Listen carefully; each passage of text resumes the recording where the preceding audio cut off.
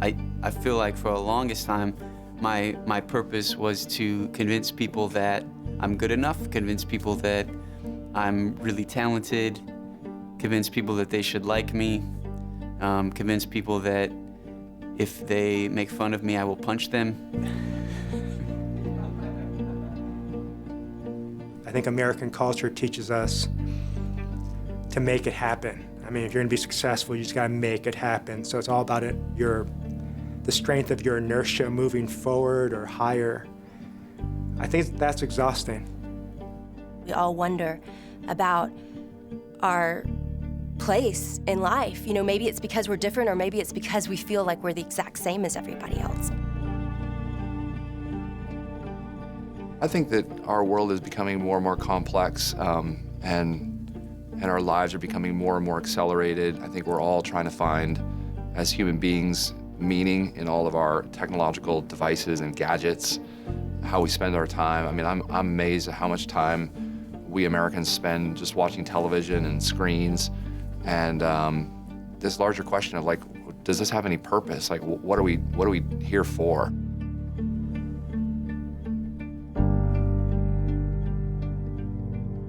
There was a famous little book written really short called Here is New York by E.B. White, and he said, what makes New York is three kinds of people. Number one, you get a person who's from New York. They are natives and they hardly even notice the city. You get locusts, they're people who basically live outside of the city but consume its resources. And then the last person is the person who moves here with personal ambition because they need a world stage for their perceived greatness to be realized. Los Angeles, for the most part, is about the veneer of beauty, but New York is about the pursuit of power. People they reroute their longing for God and they just channel it towards something else. They invest with holy religious zeal. The same things that Christians or religious people do into religion, they invest that into their careers or their relationships or their parenting or whatever else that is.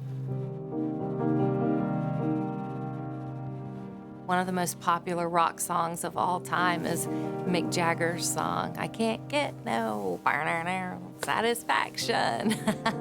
And gosh, I really relate to that.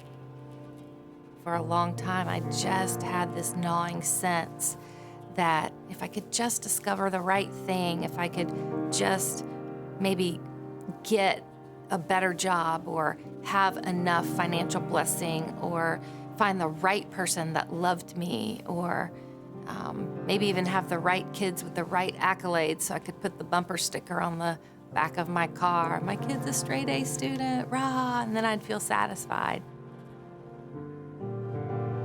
The problem with answering, is there a purpose for our lives, is that the question itself is driven by what I call utilitarian pragmatism, where we have to define everything and reduce it to a manageable piece before we can begin to play and explore. And as an artist, I don't do that.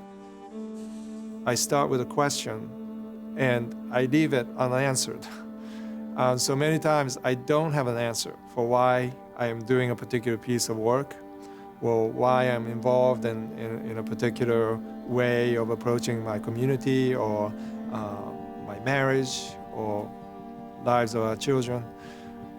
But I'm comfortable with the mystery and the open-endedness of that question. So I often work backwards and I try to find that purpose at the end of the journey rather than at the beginning.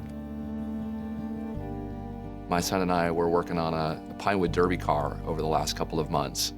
We worked super hard. We sanded and, cut the wood and painted it and polished the wheels and made the pinstripe. And, you think about all the things that are wrapped up in that small little 20-hour project.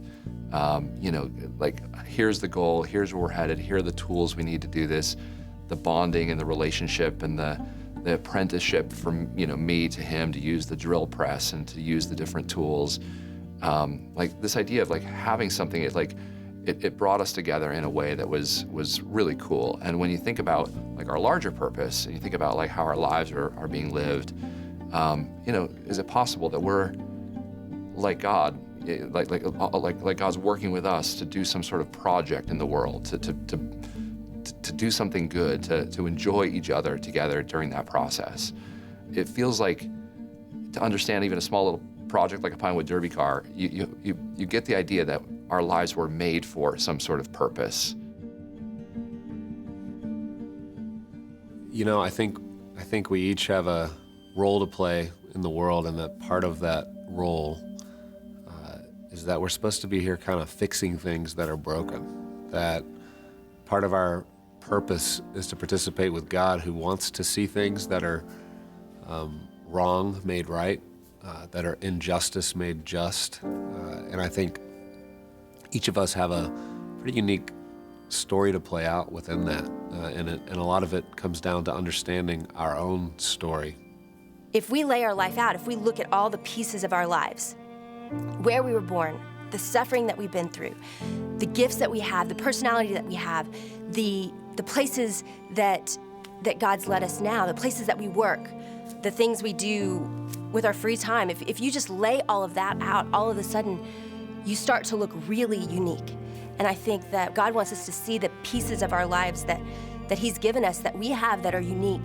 And in that time and place, with our gifting, with our personality, use us. No man knows his purpose until he knows the person who created him.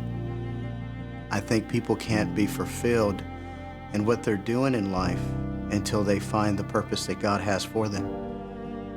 I had a friend in my life who I not so affectionately called my Bible friend. She was all the time giving me Bible verses, and honestly, it just, it got on my nerves.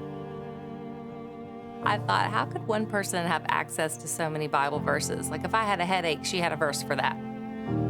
But one day, she gave me this verse, and it was Jeremiah 29:11. It said, "For I know the plans I have for you, declares the Lord.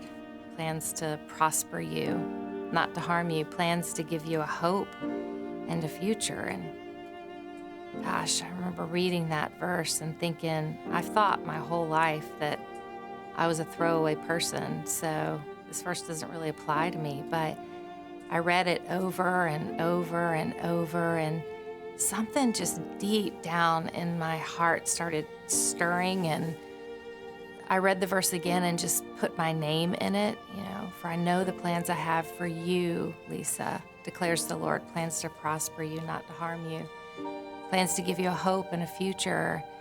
And for the first time in my life, I thought, maybe, even though I was a throwaway person to my real dad, maybe God looks at me a little bit differently, and maybe I should try this God thing.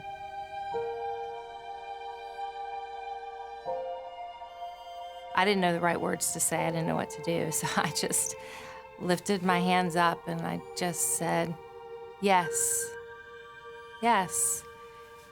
And I guess, not to make it over simple, but I've pretty much just been saying yes to God ever since. And I think ultimately that's my purpose.